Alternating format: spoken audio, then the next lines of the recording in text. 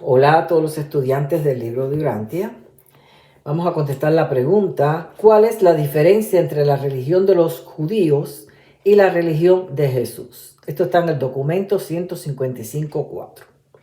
Pedro fue quien le hizo la pregunta a Jesús. Pedro preguntó a Jesús cuando iban camino a Fenicia por qué no enfrentarse a los enemigos de la verdad, refiriéndose a los líderes religiosos judíos que los perseguían, ¿no?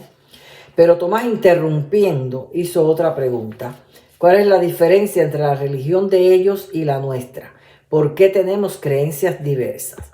Entonces Jesús le dijo: aunque no deseo ignorar la pregunta de Pedro, porque bien sé cuán fácil sería interpretar mal mis razones para evitar un encuentro abierto con los portentados judíos, en este preciso momento, Jesús dijo: será más útil para todos vosotros que yo elija más bien responder a la pregunta de Tomás. ¿Okay? Es decir, que la de Pedro fue como en general: ¿por qué no enfrentamos a estos religiosos judíos con la verdad, con el evangelio de Jesús? Pero Tomás le dice: pero ¿y cuál es la diferencia entre la religión de ellos y la nuestra? ¿Okay? Entonces le contesta esa pregunta. Ok, entonces dice: aunque las religiones del mundo tienen un doble origen, natural y revelatorio, en cualquier momento y en cualquier pueblo se encuentran tres formas distintas de devoción religiosa. Y estas tres manifestaciones del impulso religioso son: número 1, la religión primitiva.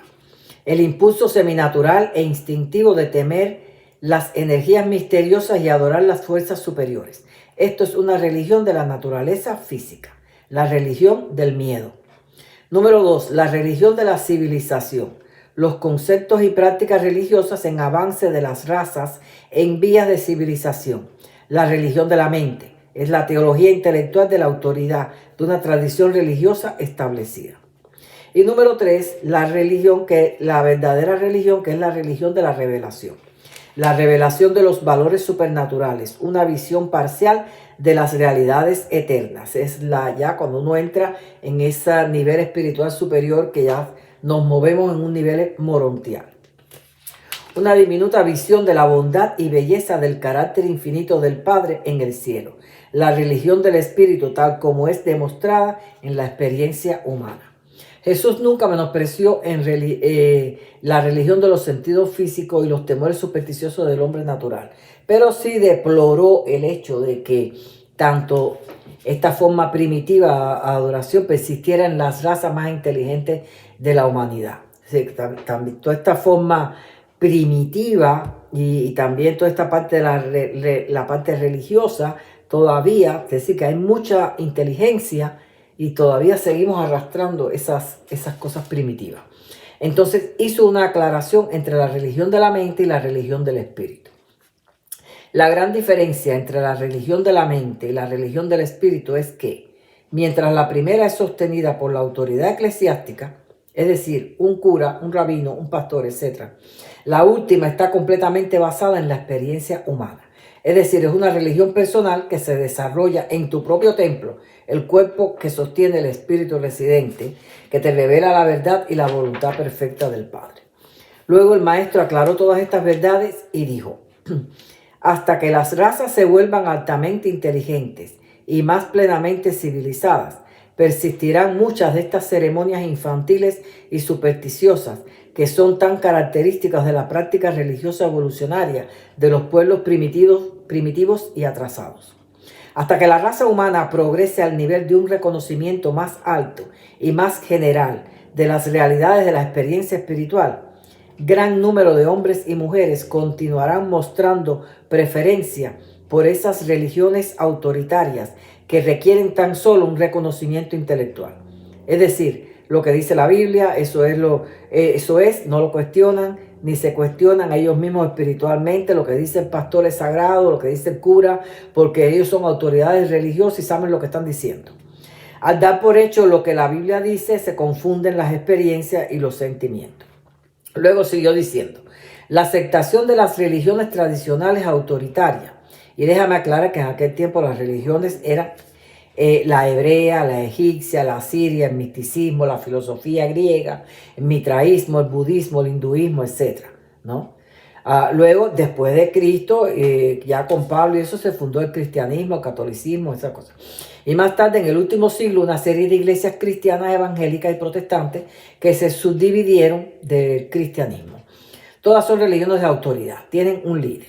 Entonces dijo, la aceptación de estas religiones tradicionales presenta el camino más fácil para el impulso humano de buscar la satisfacción de los deseos de naturaleza espiritual.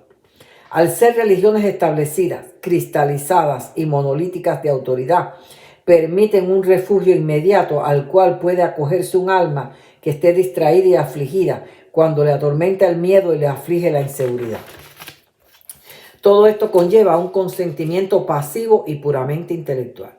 Todo esto son consuelos religiosos que comprometen la soberanía de la personalidad para vivir una vida íntima con el Espíritu residente, el cual le ayuda a perfeccionarse y a elevar la dignidad del autorrespeto y a participar de una experiencia humana más rica en el Espíritu, en la determinación de explorar las realidades de la experiencia religiosa personal, que es algo individual y único en cada uno de nosotros.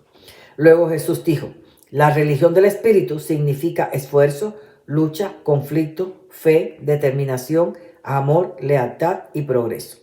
La religión de la mente es la teología de la autoridad y requiere poco o nada de estos esfuerzos. En Jerusalén, los líderes religiosos han formulado las varias doctrinas de sus instructores tradicionales y de profetas de otros tiempos dentro de un sistema establecido de creencias intelectuales que es la religión de autoridad. Estas religiones atraen principalmente a la mente, pero ahora estamos a punto de entrar en un conflicto devastador con ese tipo de religión, puesto que pronto comenzaremos a proclamar la nueva religión. Una religión que no es religión según el significado de hoy de esta palabra. Es una religión que apela al Espíritu Divino de mi Padre que reside en la mente de los hombres.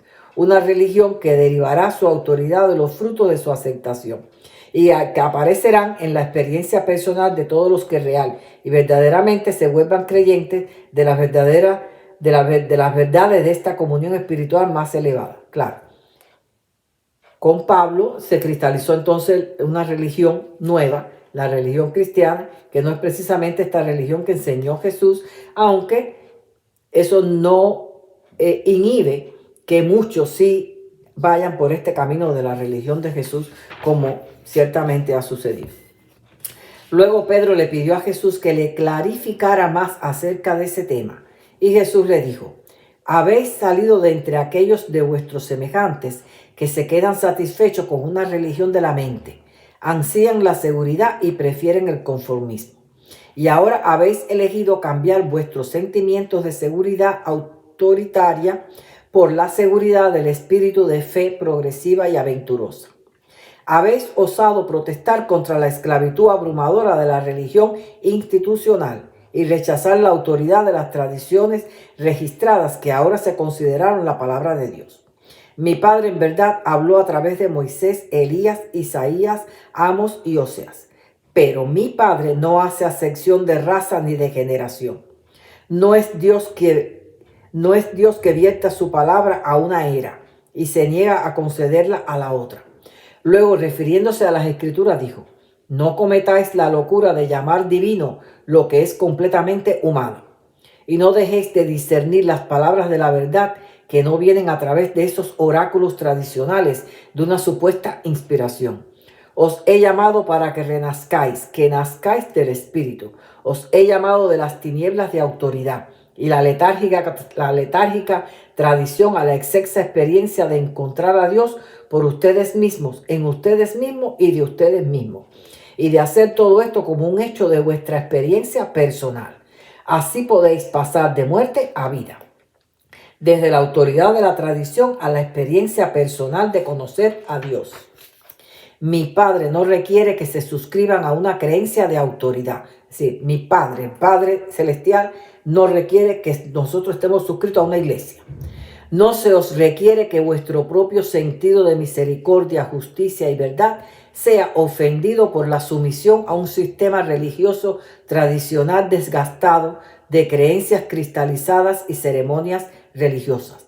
La religión del Espíritu os deja por siempre libres para seguir la verdad donde quiera que os lleve la guía del Espíritu, que tal vez tenga algo que impartir a esta generación que otras generaciones se han negado a escuchar. El profeta Isaías dijo, Isaías 26:3, aquel cuyo pensamiento persevera en Dios será conservado en paz perfecta. Tal hombre no era un simple creyente intelectual en la teología autoritaria. Era un conocedor de la verdad. Había descubierto a Dios. No estaba solo hablando de Dios. Vosotros debéis abandonar la práctica de mencionar a los profetas de otras eras y debéis convertirse en profetas vivientes del Altísimo y héroes espirituales del reino venidero. Eso le dijo Jesús a ellos. Honrar a los líderes conocedores de Dios vale la pena, pero esto no debe sacrificar la experiencia suprema de la existencia humana, encontrando a Dios por vosotros mismos y conocerle en vuestra propia alma con revelaciones nuevas. La unidad humana y la hermandad de los mortales puede ser alcanzado tan solo por la superdote de la religión del Espíritu en cada uno de nosotros y a través de esta. Las mentes mortales podrán diferir, pero la humanidad toda está habitada por el mismo Espíritu divino y eterno. La religión de autoridad tan solo puede dividir a los hombres, cristalizan credos sin vida. De hecho, el cristianismo fundado por Pablo ya está dividido en múltiples creencias. Se ha cristalizado. Luego Jesús le dijo, esta parte de Pablo lo dije yo porque eso no está en el libro de Urantia. Jesús dijo, debéis dejar de buscar la palabra de Dios en las páginas de los viejos libros de autoridad teológica. Los que han nacido del Espíritu de Dios, de ahora en adelante, discernirán la palabra de Dios, sea donde fuere que ésta parezca originarse. El Espíritu lo revelará. Muchos aceptan la teoría de Dios con la mente, pero espiritualmente no consiguen comprender la presencia de Dios.